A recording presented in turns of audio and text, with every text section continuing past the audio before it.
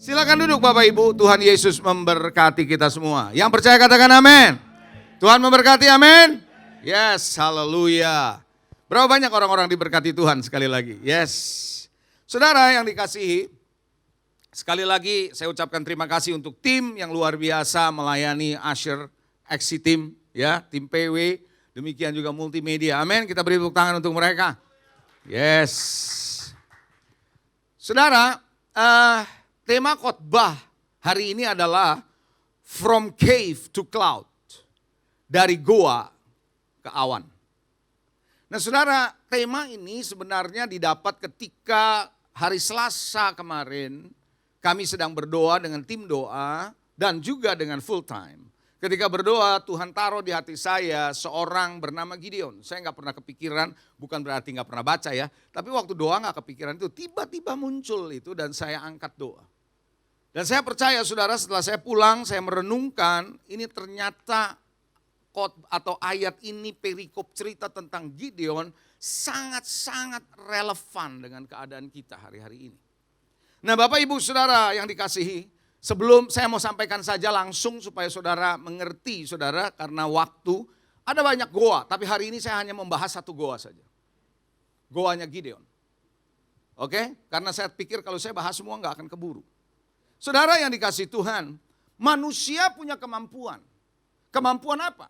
Kemampuan untuk bertahan hidup atau dia menerobos. Saya ulangi, manusia punya kemampuan untuk bertahan hidup atau dia bikin terobosan. Setuju gak? Nah oleh karena itu saudara yang dikasihi Tuhan, bertahan hidup tidak selalu positif. Bertahan hidup tidak selalu baik. No, it is not really good, gak harus baik. Nah yang sering terjadi adalah ketika saudara dan saya bertahan hidup, maka sering kali yang terjadi yang kita ambil kebijakan atau pikiran kita yang saya sebut conformities atau konformitas. Yang artinya saudara, mungkin nanti ada slide-nya, konformitas. Saudara artinya conformity dalam bahasa Inggrisnya, Anda membuat tindakan yang sama, kesamaan. Dan ini bersifat negatif. Konformitas atau conformity itu bersifat negatif karena Anda menyampaikan atau menyatu dengan orang lain. Anda sama atau samakan atau menyatu dengan orang lain karena ada rasa takut terintimidasi, karena rasa takut karena Anda ditolak, takut ditolak. Makanya Anda mau jadi bagian sama dengan mereka. It is conformities. Konformitas. Jadi Anda membuat diri Anda sama dengan mereka. Bersatu dengan mereka supaya Anda tidak ditolak. Supaya Anda yang punya rasa takut sama dengan mereka. Anda nangkap maksud saya? Dan this is negative. Dan biasanya kita bertahan hidup pakai cara konformitas. Tapi kalau Anda mau bisa menerobos, maka Anda punya yang pilihan yang kedua adalah adaptabilitas. Atau Anda bikin penyesuaian. Nah ini positif. Kenapa positif? Karena adaptability atau adaptabilitas itu adalah kekuatan saudara untuk bisa menyesuaikan, mempunyai kekuatan menerobos, mendorong. Anda tahu ini sedang terjadi, Anda bikin penyesuaian bagaimana saya bisa menerobos. That is adaptability. Lebih positif di sini saudara. Dan Anda bisa mencapai kemenangan di sini. Berbeda dengan konformitas, Anda menjadi sama dengan mereka. Tapi enggak kalau di sini Anda tahu Anda ada adapted, tapi Anda bisa berkemenangan. Sama seperti kalau Anda pergi ke satu negara, temperaturnya dingin, Anda melakukan adaptasi. Nah ketika adaptasi Anda bisa melakukan sesuatu yang baik, saudara. Saudara yang dikasihi Tuhan, mental bertahan hidup ternyata ada dalam cerita Gideon. Halo? Saya ulangi, mental bertahan hidup ada dalam kisah Gideon. Itu sebabnya Bapak Ibu mari kita melihat satu ayat firman Tuhan. Kenapa bangsa Israel waktu itu dalam cerita Gideon bertahan hidup? Karena mereka dikepung musuh, datang bangsa Midian yang menjarah setiap hasil tuaian mereka. Sampai mereka melarat betul. Anda nangkap maksud saya? Nah Bapak Ibu mari kita melihat Hakim-Hakim pasal 6 ayat 1 sampai dengan ayatnya yang kelima. Perhatikan firman Tuhan. Saya minta Anda buka ayatnya, kita baca ini. Hakim-Hakim 6 ayat 1 sampai dengan ayat yang kelima. Tetapi orang Israel melakukan apa yang jahat di mata Tuhan. Sebab itu Tuhan menyerahkan mereka ke dalam tangan orang Midian 7 tahun lamanya. Berapa tahun? Nggak dengar saya berapa tahun? Saudara tahu nggak 7 tahun dikuasai sebuah bangsa yang lain, musuh, itu membuat hidup itu terbiasa dengan situasi yang tertekan. Anda nangkap maksud saya? Dan selama itu orang Midian berkuasa atas orang Israel. Karena apa? Kalau ayat kedua. Karena apa? Karena takutnya kepada orang Midian. Itu yang tadi saya bilang, konformitas. Karena takutnya kepada orang Midian, maka orang Israel membuat apa? Tempat-tempat perlindungan di pegunungan, yakni goa-goa dan kubu-kubu. Setuju apa Anda?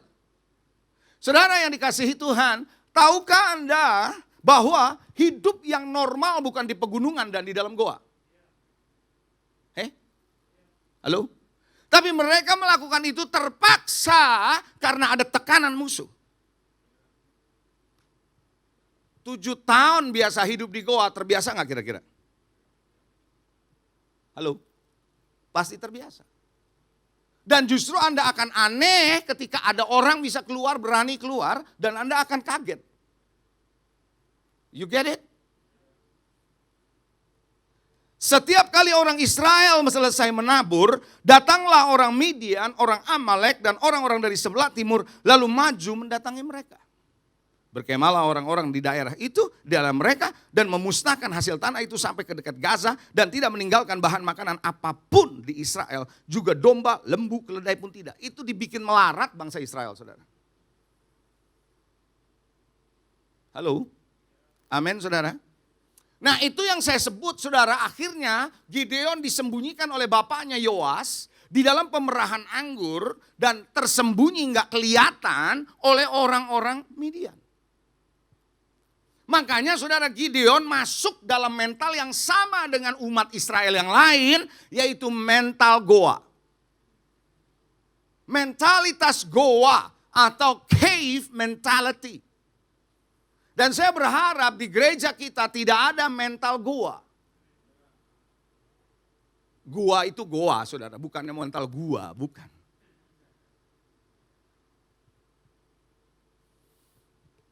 Saudara, oke. Saudara tahu mentalitas goa itu apa sebenarnya? Saya dalam konteks ceritanya Gideon ya. Konteks ceritanya Gideon. Mentalitas goa menurut saya, kalau saudara baca cerita Gideon dengan betul, adalah mentalitas yang begini. Mentalitas bertahan hidup dan menunggu sampai keadaan berubah.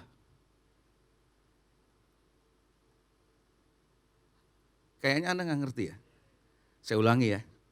Mentalitas goa adalah mentalitas bertahan hidup. Sebab kalau keluar musuh datang. Bertahan hidup dan nunggu sampai keadaan berubah.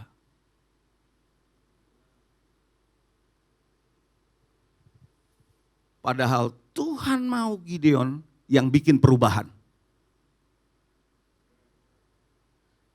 Ada pahlawan di goa, tapi tidak melihat itu. Saya percaya gereja Tuhan dipanggil oleh Tuhan keluar dari goa untuk menjawab tantangan bangsa ini.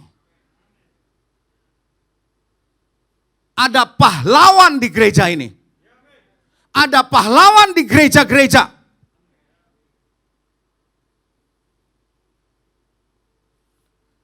Mentalitas goa adalah mentalitas yang menggambarkan konformitas dengan situasi karena rasa tidak berdaya dan rasa takut. Rasa takut dan rasa tidak berdaya memaksa Gideon, memaksa mereka tinggal di goa. Atau gambaran berikutnya adalah mentalitas yang tidak berani menghadapi musuh. Tidak berani menghadapi tantangan dan kesulitan. Saya bicara ini bukan cuma sekedar dalam konteks sekarang saja, dalam situasi virus, tidak. Tetapi lebih lagi juga dalam kehidupan Anda sehari-hari. Tidak berani menghadapi tantangan, tidak berani menghadapi kesulitan, sembunyi, mentalitas bertahan hidup, dan berharap keadaan berubah. Sampai keadaan berubah. Tuhan bilang, you change it. Terus kalau Anda baca kan ceritanya gitu kan, Gideon bilang apa? Siapalah aku, umur berapa, masih muda, suku paling kecil, siapa aku, mana Tuhan yang katanya hebat, begitu kan ceritanya? Kalau Anda baca lagi lebih dalam, saya berharap pulang ini nanti Anda baca ceritanya ya. Saya tolong Anda lewat khotbah ini untuk bisa mengerti cerita perikop itu. 7 tahun tinggal di goa, nggak normal jadi normal. Aduh, kayaknya Anda nggak nangkep.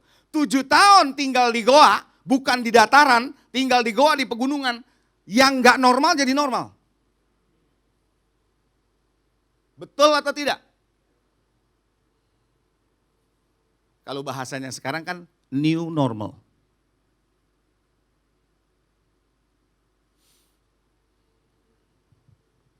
Saya tanya sama saudara. Hidup dalam ketakutan normal atau tidak?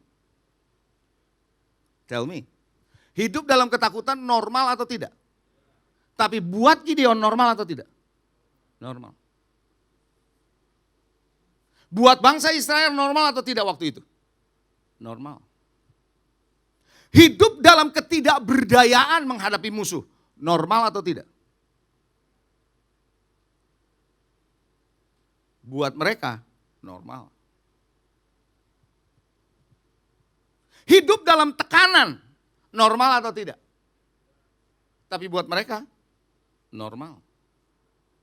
7 tahun saudara terbiasa begitu, ya normal lah. Hidup mengikuti dunia, normal atau tidak? Kalau buat saudara dan saya, sekarang saya tanya konteksnya dalam hidup kita sebagai orang Kristen. Hidup menurut standar dunia, normal atau tidak? Tidak, tapi banyak kita merasa normal. Kenapa saya katakan demikian? Yang tidak normal jadi normal, karena semua orang di masa Gideon, semua orang Israel lakukan yang sama. Nah karena semua melakukan yang sama, maka melakukan yang sama normal. Nah dunia sekarang sedang mengajar muda-mudi untuk mempunyai perilaku kehidupan pergaulan yang dianggap itu normal. Free sex dianggap normal, LGBT dianggap normal, dan ketika mengikuti itu normal. Apa itu normal? No.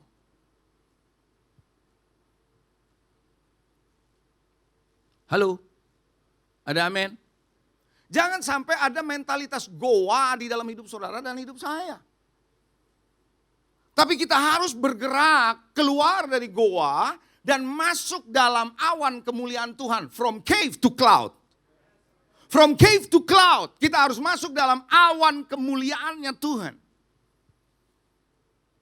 Yang menarik adalah sementara Gideon ada di dalam goa, maka Tuhan menghampiri dia di dalam goa. Saya suka ayat itu.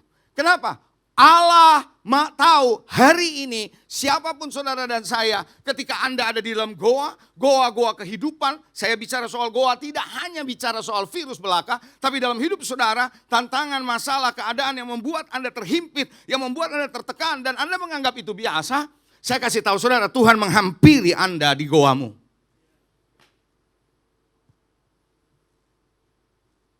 Amin. Tuhan itu datang pada saudara hari ini.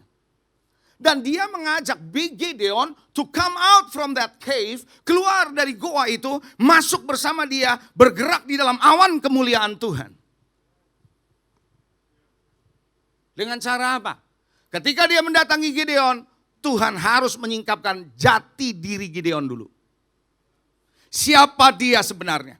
Anda mesti tahu bahwa Allah ciptakan saudara. Gereja dibangun oleh Tuhan. Bukan gereja yang ada di posisi kalah. Tapi Tuhan berkata, upon this rock, di atas batu karang ini, aku akan mendirikan jemaatku. Dan pintu alam maut tidak akan berkuasa atasnya.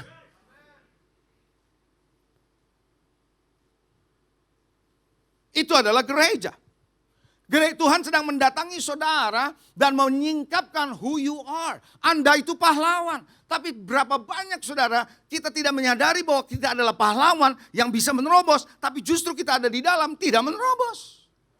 Dan kita anggap itu normal. Saya beritahu saudara, Allah panggil saudara untuk menerobos di bangsa ini. Allah panggil saudara untuk menerobos dalam bisnis saudara. Allah panggil saudara untuk menerobos dalam kehidupan saudara. Yang setuju katakan amin.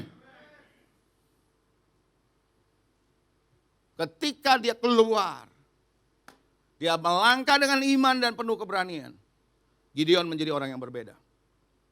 Gideon menjadi alatnya Tuhan untuk bisa memanggil pahlawan yang lain untuk bergerak melawan orang Midian. Saudara tahu enggak saudara, di kondisi seperti sekarang ini, nah ini saya ngomong kondisi sekarang.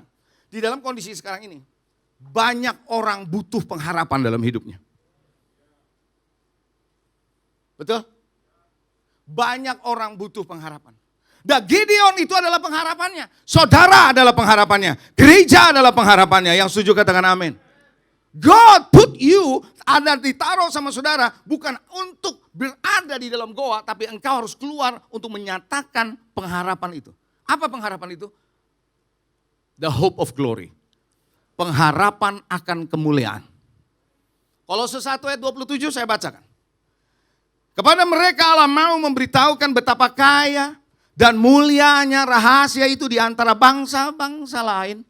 Yaitu Kristus ada di tengah-tengah kamu. Kristus yang adalah pengharapan akan kemuliaan.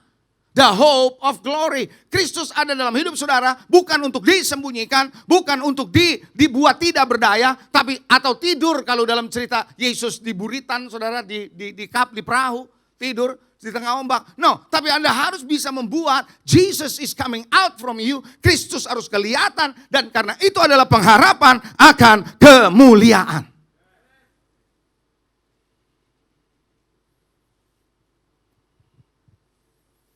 Amin. Setuju gak kita membawa pengharapan kemuliaan? Bukan ikut masuk goa seperti Gideon ikut masuk goa sama mereka.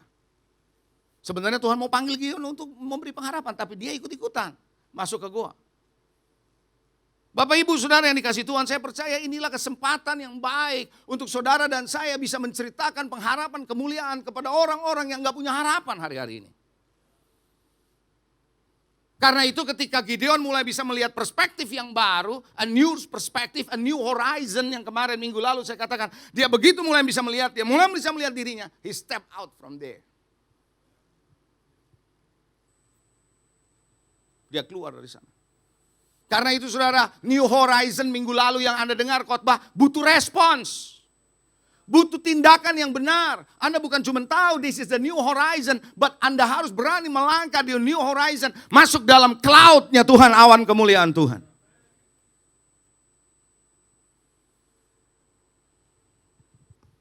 Amin. Saya bisa melihat saudara Gideon adalah gambaran dari orang yang berjumpa dengan Tuhan. Orang yang mengalami Tuhan. Yang berani melangkah dengan imannya bersama dengan Tuhan dan Tuhan menyertai dia. Saudara, apa yang terjadi sih ketika Gideon keluar dari goa? Saudara mau tahu? Dia ambil sangkakala. Dia tiup sangkakala. Pernah baca kan ceritanya? Yang datang berapa? 32.000. Tadinya dia berasa, who am I? Siapa aku? Aku bisa apa? Tapi begitu dia tiup sangkakalanya 32.000 datang. Dari 32.000 di dalamnya ada 300 pahlawan. Dengar ya, baik-baik saudara. Hanya seorang yang tahu dia pahlawan, hanya orang yang ngerti dia pahlawan, hanya orang yang ngerti dia punya spirit pahlawan, saat dia mengeluarkan perkataan, voice, menyampaikan suara, suara itu bergetar ke bangsa. Dan suara yang sama keluar dari seorang yang pahlawan. Memanggil pahlawan.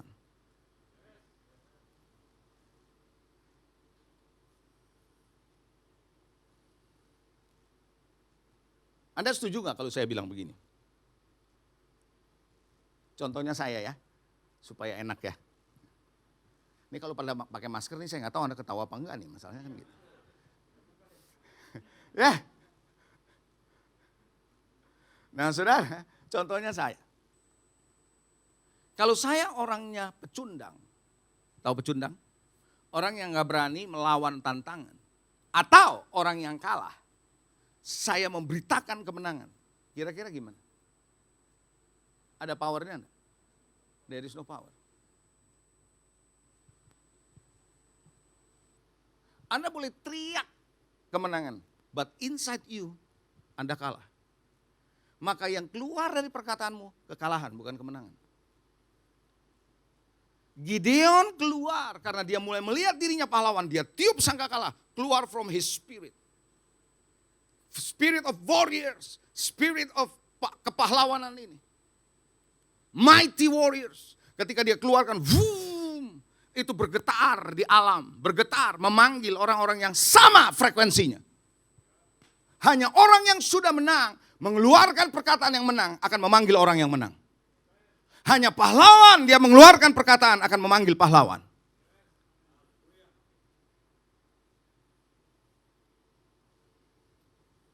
Makanya saya percaya begini saudara. Saya sangat percaya. Saya pernah ngomong berkali-kali.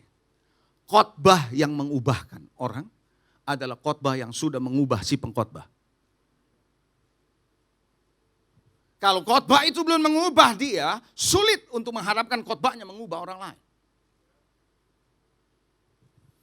Kita lihat gambar slide berikutnya. Orang Kristen yang bisa melihat dirinya dan bertindak sebagai pahlawan akan memanggil pahlawan untuk mengalahkan musuh dan memulihkan bangsa. Saya sangat percaya if you can see yourself as a warrior, sebagai orang yang berkemenangan, you shout victory, orang yang berkemenangan akan datang. Raja Wali bergaul dengan Raja Wali. Haleluya. Ada amin. Karena itu pagi hari ini Bapak Ibu, jangan izinkan mental gua ada pada saudara. Tapi Anda harus punya mental untuk melihat the cloud of glory of God. Dan Anda bergerak bersama dia. Makanya Alkitab jelas mengatakan maka roh Allah menyertai Gideon. Waktu dia meniup sangkakala dia bukan sendirian. Tapi ada spirit of the Lord yang mendukung setiap perkataan dia. Pagi hari ini saya berdoa. Di kantormu, di pekerjaanmu, dalam hidup saudara, dalam bisnis saudara. Anda perlu saudara menjadi orang yang berkemenangan. Anda berkemenangan dan saya percaya engkau akan membawa orang-orang keluar dan mengalami kemenangan seperti Anda. Yang setuju katakan amin. Ada orang kemenangan di sini? Haleluya. Slide saya berikutnya. Anda perlu ngerti mentalitas kerajaan. Mentalitas kerajaan Allah adalah mentalitas menerobos dan menguasai. Bukan bertahan dan dikuasai. Oh come on. Anda mesti ngerti kingdom my friend. It is not church, hanya bukan gereja saja, tapi ada kingdom. Nah saudara, mentalitas kingdom, kerajaan adalah menerobos, menguasai, ya rest, menguasai. Dan mentalitasnya bukan bertahan dan dikuasai.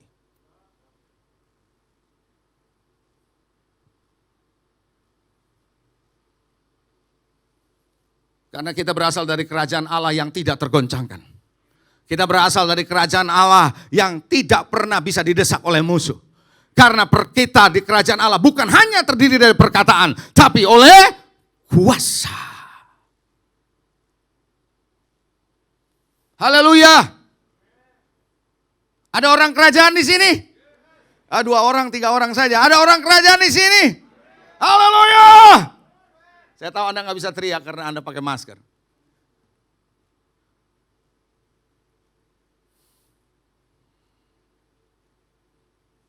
Haleluya. Kita lihat kesimpulan. Langsung kepada kesimpulan. Padahal sini ada 2 goa lagi di sini. Nanti kan reserve. Part 2 bulan depan.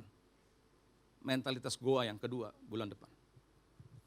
Minggu depan kalau bisa, kapanpun saudara, kalau ada yang bisa menangkap ini Anda bisa sampaikan. Oke? Kesimpulan yang pertama. Kalau Anda mau menjadi orang yang keluar dari mentalitas goa dan masuk di dalam awan kemuliaan Tuhan. Jangan serupa dengan dunia Bapak Ibu. Jangan ikutin apa yang dunia pikirkan. Reaksi sama kayak orang dunia, respon sama kayak orang dunia. Cara berbisnis kayak orang dunia, cara pikir kayak orang dunia. Saudara yang dikasih Tuhan, kalau Anda seperti itu, you are the same like them. Dan Anda menjadi conformity. You conform with them. Makanya Tuhan bilang, be transformed. Not conform, but be transformed. Do not conform to the world. Kan ayatnya begitu dalam bahasa Inggris. Jangan serupa dengan dunia ini, but be transformed.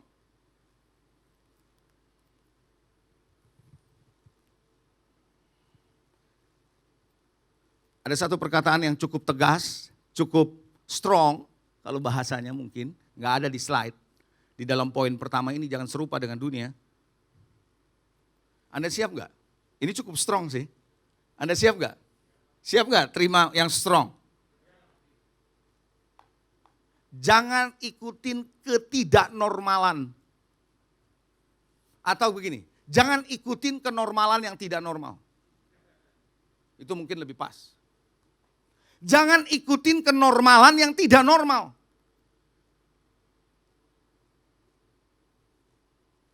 Seks bebas buat mereka normal, itu nggak normal menurut saya. Transgen buat mereka normal, buat saya tidak normal. Betul apa enggak?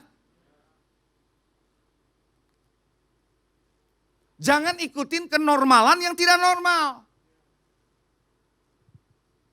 Dan Anda perlu, saudara bisa dengar Tuhan bicara di dalam goamu. Supaya Anda punya pikiran diubahkan. Haleluya. Ada amin? Jangan serupa dengan dunia. Dunia itu ya gini saudara. Terutama lewat media. Makanya kita harus masuk di media. Serius. Media itu membombardir saudara. Saudara tahu media ini sekarang canggih? Saya pernah dikasih lihat satu video. Exactly gambar foto videonya. Video loh, ini bukan foto. Video. Exactly yang ngomong itu adalah Obama. Itu dia punya mulut, buka mulutnya itu dengan bahasa Inggris yang diucapkan. Itu persis sama. Ngerti? Lip sync-nya tuh sama persis. Tapi ngomongnya ngaco. Tuh. Saya pernah terima itu. Saya bilang gila nih Obama ngomong begini gak salah. Saya perhatiin lip sync-nya. Sama dengan apa yang dia ucapkan. Itu jagonya ngedit saudara.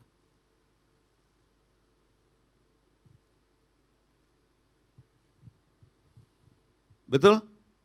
Setuju gak saudara? Dunia ini dengan media memaksa Anda untuk berpikir seperti yang mereka mau bawa. Oke, saya bukan orang media, Hosea orang broadcast sekolah, saya gak sekolah media. Tapi paling tidak saya tahu-tahu dikit lah. Orang media punya konsep begini, pikirannya. Bad news is good news. Saya ulangi ya, Anda mesti tahu nih cara mainnya orang media. Bad news is always good news. Kenapa? Karena kalau Anda menyampaikan bad news, orang suka. Kena hook. Dan orang ramai ikutin itu. Dan itu jadi good news buat orang media. Karena oplahnya naik waktu itu. Yang ngikut akan lama, banyak. You get the point? Bad news is always good news. Itu sebabnya Bapak Ibu Saudara, you have to be very careful. Dunia sedang membuat saudara ikutin flow-nya mereka. Yang kedua, bangun mentalitas kerajaan. Bangun mentalitas kerajaan. Apa tadi saya bilang mentalitas kerajaan? Yaitu mentalitas yang menerobos, menguasai, bukan bertahan dan dikuasai. Dan Tuhan berkata sejak zaman Yohanes Pembaptis, kerajaan Allah itu diserong dan dikuasai, take it by force.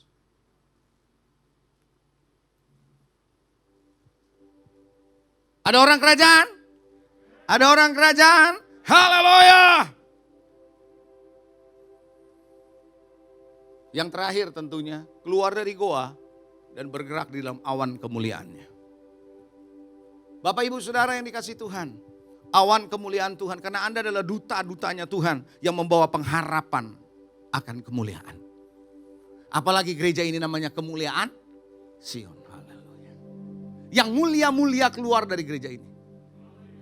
Dua orang doang. Yang mulia-mulia harus keluar dari gereja ini.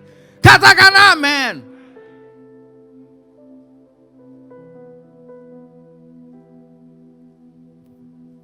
Saya ajak saudara, do not stay in your cave.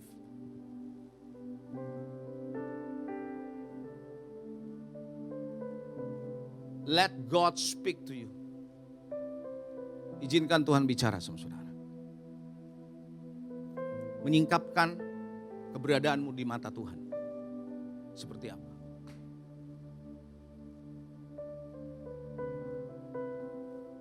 Percayalah Tuhan menyertai saudara.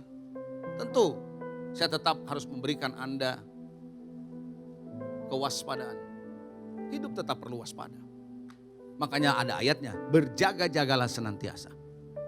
Bukan berarti Anda dengar khotbah ini, lalu Anda menjadi radikal, kaprah, salah kaprah. Tetap Anda harus waspada. Amin. But as you know, we push.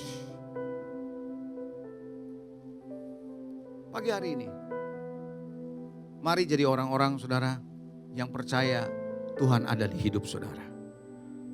Katakan amin. Siapa yang percaya Tuhan ada di pihak kita? Ini adalah masa-masa yang tidak mudah. Buat bisnis tidak mudah. Buat pekerjaan banyak yang di PHK. Tidak mudah. I tell you, ini masa-masa yang tidak mudah.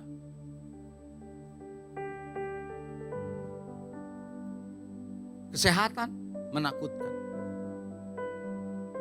This is not, bukan waktu yang mudah sekali lagi. This is not an easy time. Tapi Anda harus tahu satu hal. Tuhan tidak pernah menjanjikan Anda untuk membuat Anda tidak mengalami dapur perapian. Tuhan tidak pernah berjanji itu.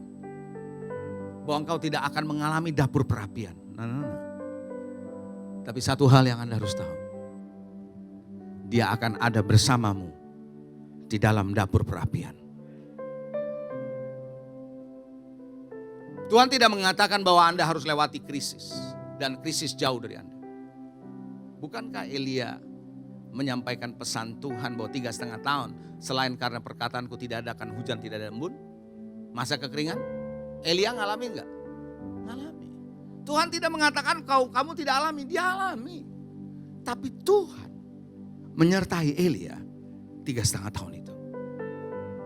Saya percaya Tuhan menyertai Anda gereja Tuhan. Di tengah pandemi ini. Dan Anda akan keluar lebih dari pemenang. Dan Anda akan keluar menjadi seorang pahlawan yang gagah perkasa.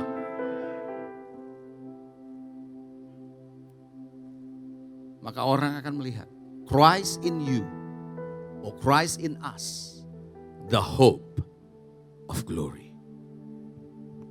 Mari Bapak Ibu kita arahkan hati kita. Kita bangkit berdiri. Haleluya. Pagi hari ini Tuhan kami bersyukur kembali untuk datang kepadamu. Tahu bahwasanya Engkaulah Allah kami. Kami tidak akan masuk ke dalam goa bersama dengan orang yang lain. Yang bertahan. Bahkan hanya menantikan perubahan. Tapi Engkau mau bawa kami Tuhan. To check out from there. Dalam keterbatasan kami. Dalam ketakutan kami. Dalam keterpurukan kami. Dalam kegagalan kami. Dalam kekecewaan kami. Kami ada di dalam goa. Tapi hari ini Tuhan, Kau bawa kami untuk check out from there. Untuk bisa Tuhan memperlihatkan bahwa Kristus yang ada dalam diri kami, the hope of glory. Sehingga dengan demikian Tuhan, umat-Mu menyadari tidak terpuruk selamanya. Dalam kondisi ekonomi, keuangan, masalah, tantangan hidup, persoalan rumah tangga, apapun Tuhan. Membuat kami tidak masuk ke dalam goa. Bertahan, tapi kami belajar Tuhan untuk bisa menerobos. Berkati umat-Mu Tuhan dengan berkat yang berkelimpahan. Bukan hanya berkat keuangan, tapi sebuah pengertian bahwa Allah menyertai kami sampai kesudahan alam. You are Immanuel. Bahwa kami menyadari bahwa kami adalah orang-orang kerajaan. Bahwa kami membawa mandat kultural. Kuasai dan taklukkan bumi. Terima kasih Tuhan. Karena kami adalah gereja di mana neraka tidak berkuasa atasnya. Kekuatan neraka tidak berkuasa atasnya. Pintu alam maut tidak akan berkuasa atasnya. This is the real church. Berkati umat-Mu Tuhan untuk percaya selalu di tengah-tengah gejolak hidup mereka. Persoalan rumah tangga, persoalan pekerjaan, persoalan bisnis, apapun Tuhan, Allah ada di situ. Tuhan, Kau datangi mereka di goa-goa kalau ada yang ada di dalam goa hari ini. Kalau ada di antara mereka yang di dalam goa, mentalitas goa masih ada dalam hidup mereka, datangi mereka Tuhan. Datangi mereka Tuhan. Singkapkan siapa mereka di dalam Engkau. I thank you Lord Jesus untuk pesan-Mu ini. Buat kami sadar bahwa Allah ciptakan kami menaklukkan dan menguasai. Terima kasih Tuhan. Bapak Ibu Saudara yang dikasih Tuhan, Kau tetap berdiri. Ini waktunya Engkau mendeklarasikan kemenangan buat orang-orang di sekitar Anda. Ini waktunya Anda mendeklarasikan kepahlawanan Anda. The real one, the real warrior. Engkau sampaikan kepada orang di sekitar Anda. Supaya dunia tahu, dunia tidak bisa menguasai Anda. Karena Yesus sudah menguasai Anda. Mari Bapak Ibu Saudara yang dikasih Tuhan, Anda angkat kedua belah tanganmu. Kita akhiri ibadah ini. Tuhan, terima kasih buat pesan-pesan firman-Mu yang menguatkan kami, mengajarkan kami bahwa kami adalah orang yang lebih dari pemenang. Bawa kami terus Tuhan dari satu kemuliaan kepada kemuliaan berikutnya. Bawa kami Tuhan kepada cloud, awan kemuliaan-Mu. Sehingga lewat ini Tuhan kami bergerak bukan dalam keterbatasan kami, dalam keterpurukan kami, tapi kami berjalan dalam kemenangan kami bersama dengan Engkau. Berkati umat-Mu Tuhan. Bapak Ibu Saudara yang dikasih Tuhan, sebagaimana Kau datang di tempat ini diberkati. Saat Kau tinggalkan tempat ini, berkat besar dari Allah Bapa, kasih setia dari Tuhan Yesus Kristus, persekutuan yang indah dan manis bersama Roh Kudus menyertai saudara mulai saat ini sampai selama-lamanya. Semua kita yang percaya diberkati Tuhan katakan, Amen. God bless you. Happy Sunday.